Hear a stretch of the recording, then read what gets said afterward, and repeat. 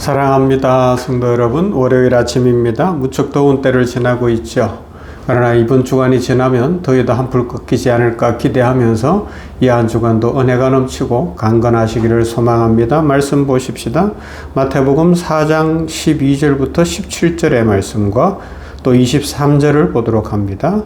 마태복음 4장 12절에서 17절 말씀과 23절 말씀.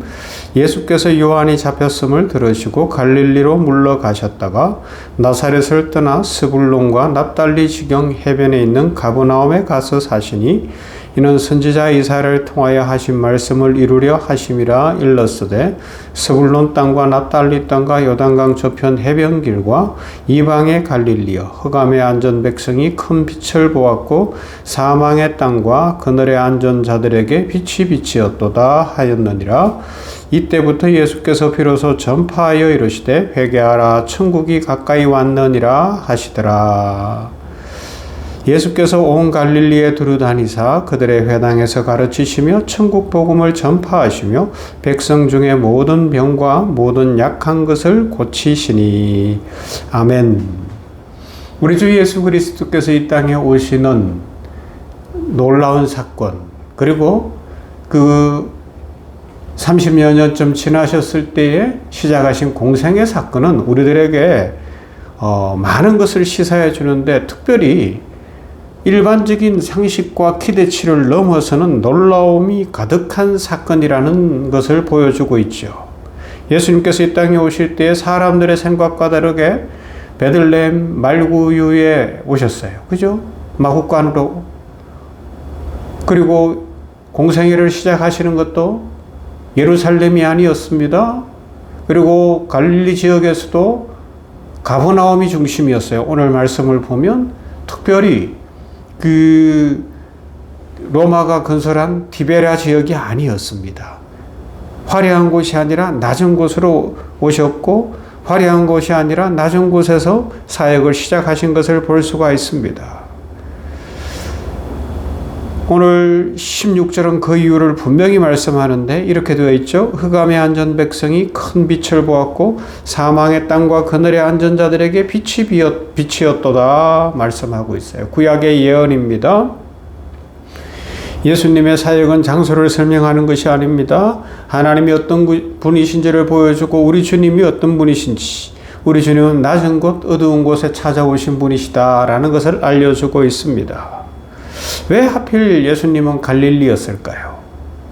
그건 우연이 아닙니다. 하나님의 오래된 구원의 계획 속에서 이루어진 사건입니다. 마태는 이사야 선지자의 말씀을 인용하고 있습니다. 스불론 땅과 납달리 땅과 해변길과 요단강 저편 이방의 갈릴리라는 것이죠. 이 표현, 예루살렘에서 한 90km 떨어져 있기는 하지만, 좀 더 되나요? 그 정도 떨어져 있지만, 분명히 유대 땅 안에 속해 있는데, 이방의 갈릴리라고 표현하고 있어요. 이것은 예수님이 오시기 700여 년 전에 기록된 예언입니다. 스불론과 납달리는 북이스라엘의 가장 북쪽에 위치한 지역이었어요. 역사적으로 가장 먼저 아수르에 의해 침략을 받았고요. 가장 먼저 무너졌죠. 외세가 가장 먼저 들어왔고요. 이방 문화가 많이 섞인 지역입니다. 그래서 사람들은 이 지역을 이방의 갈릴리라고 별명을 지어 불렀던 것이죠. 예루살렘의 입장에서 보면 갈릴리 지역은 신앙적으로도 문화적으로도 순수하지 못한 지역이라는 의미가 있습니다. 더구나 예수님이 오셨을 때에 이 지역은 유대 땅 전체가 그랬죠. 예루살렘도 그렇고 로마가 지배를 하고 있는 그런 상황이었습니다. 특별히 이 지역에는 군인들이 거리를 활보했고 세금은 무거웠고요. 사람들은 가난과 억압 속에서 살아가고 있었습니다. 그래서 갈릴리는 단순한 지명이 아니라 이방, 흑암, 어려움의 상징이 되는 지역이라고도 할 수가 있습니다. 그런데 우리 주님은 바로 그곳을 선택하셨어요. 우리 주님은 가장 어두운 곳에서 가장 밝은 빛을 비춰주시는 분이시기 때문에 그렇습니다. 엑스레이 사진, 병원이니까 엑스레이 사진 생각해보면 어떤 거예요? 빛이 어두운 곳을 통과해야 보이지 않던 것이 드러나는 것 아니겠습니까? 밤하늘의 별도 마찬가지입니다.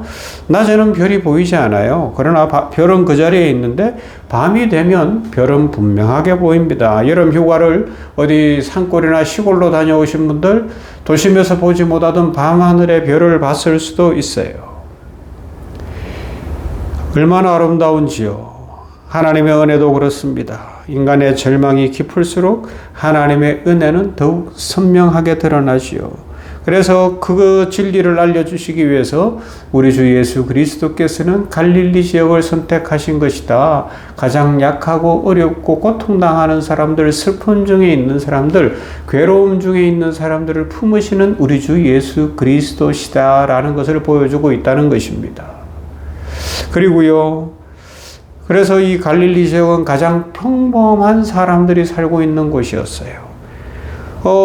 사복음서 중에서 특별히 이제 우리가 병원교회에서 어제부터 해서 살펴보는 것이 이 산성보온을 살펴보기 위해서 서론으로 이 부분을 살펴보고 있는데, 산성보온에 보면 심령이 가난한 자는 복이 있나니 애통하는 자는 복이 있나니 이런 팔복 말씀부터 먼저 나오는데, 이게 당시 갈릴리 지역에 살던 사람들의 실제적 형편이었다는 사실입니다. 그곳에는 그냥 일반적인 사람들, 아니 오히려 가난하고 어렵고 힘든 사람들이 살고 있었습니다.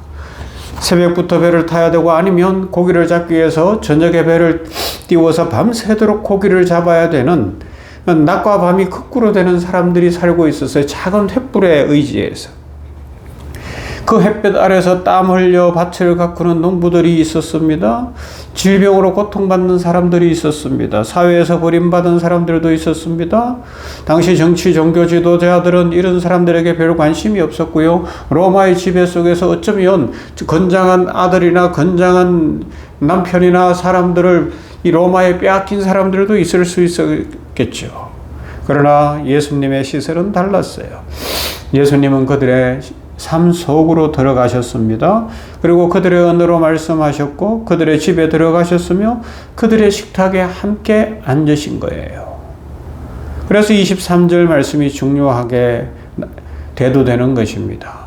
예수님의 세 가지 사역이죠. 가르치셨습니다. 복음을 전하셨습니다. 병든 자들을 고쳐주셨습니다. 예수님은 단순히 영혼 구원만 말씀하신 것이 아닙니다. 육체도 돌보셨고 삶을 회복시키셨고 절망 가운데 있는 사람들에게 새로운 희망을 주신 줄로 믿습니다. 이것이 하나님 나라의 일입니다. 그래서 갈릴리는 은혜의 시작이 되는 지역이죠. 그것을 가리켜 오늘 마태는 이 말씀을 기록하면서 큰 빛이 비쳤다고 표현하며 예수님을 그 땅에 비치는, 온 세상에 비치는 큰 빛이라고 말씀하고 있습니다. 왜 큰 빛입니까? 작은 빛만 있어도요, 그 빛이 비춰지면 어둠은 물러가게 되어 있어요. 빛은 어둠을 뚫고 들어갑니다. 그죠? 그런데 큰 빛에, 왜? 온 세상에 비치기 때문에.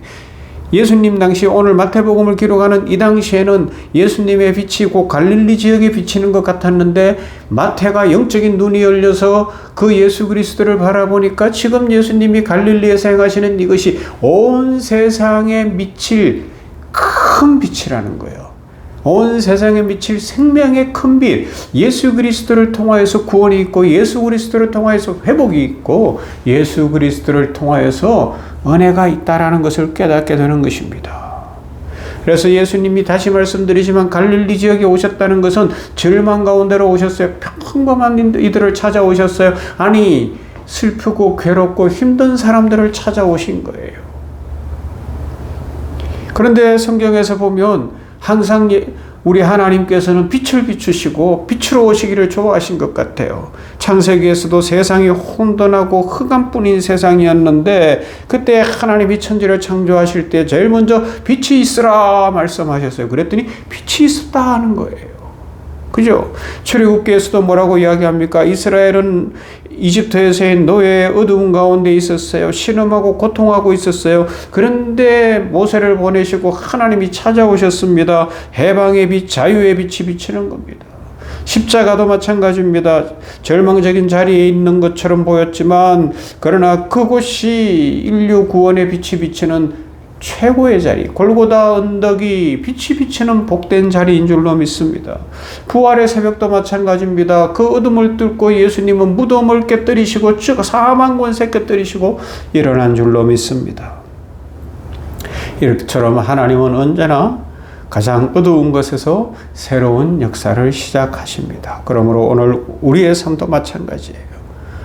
우리들에게도 갈릴리가 있을 수 있잖아요. 경제적인 어려움의 갈릴리, 가정의 아픔의 갈릴리, 질병의 갈릴리, 직장 문제, 관계의 상처, 미래에 대한 두려움의 갈릴리, 남들에게는 도무지 말을 할 수 없는 아픔과 고통과 슬픔의 갈릴리, 하나님 앞에 수십 번도 더 수백 번도 더 왜 하필 납니까? 왜 하필 이런 문제입니까? 왜 이럽니까? 하나님, 그렇게 아무리 소리쳐 봐도 답을 잘 모르겠는 그런 아픔 속에 있을 수 있는 거예요.